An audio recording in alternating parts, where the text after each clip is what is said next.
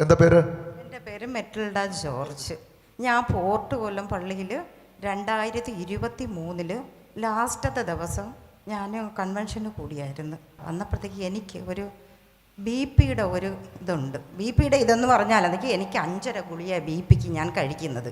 അപ്പം ഞാൻ ഇതിന് പങ്കെടുത്ത സമയത്ത് ഭയങ്കര കരച്ചിലായിരുന്നു. അങ്ങനെ കുറേ നേരം കഴിഞ്ഞപ്പം ക്രൂശിൽ ഈശോ എൻ്റെ കണ്ണിലിങ്ങനെ കാണിച്ചെന്ന് എനിക്ക് ബോധം മറഞ്ഞുപോയി.